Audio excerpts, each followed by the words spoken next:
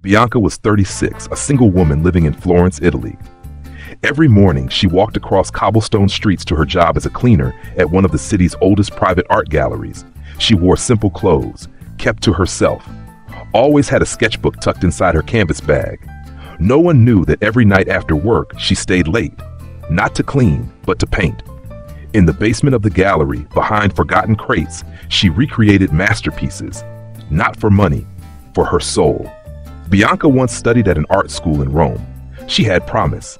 But when her mother fell ill, she left everything to care for her, and life just kept getting in the way. One day, the gallery's owner, Marco Bellini, arrived with a guest, Alessandro Greco, a billionaire collector from Milan. Suave, sharp, dismissive.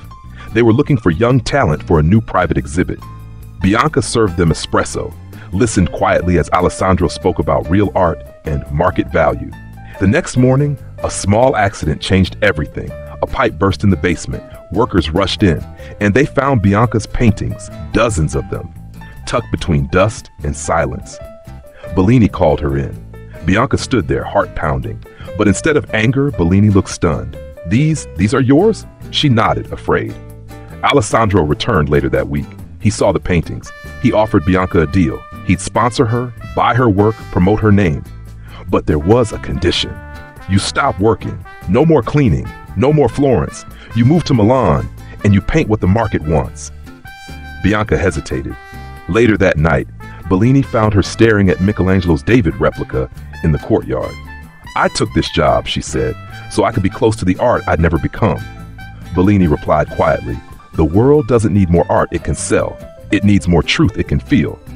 Here's the twist. Bianca declined Alessandro's offer.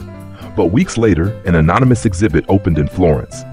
Title, Dust and Light. No names, no sponsors. Crowds gathered. People wept. Critics called it the most honest thing to come out of Florence in a decade. Eventually, the truth came out. Bianca became a symbol, not of fame, but of choice, of soul over sale. And one day she walked through her own exhibit, unseen in the crowd, as a young girl whispered to her mother, "Maybe I can be an artist too." Bianca smiled. Because some brushstrokes are meant for more than walls. They're meant for hearts.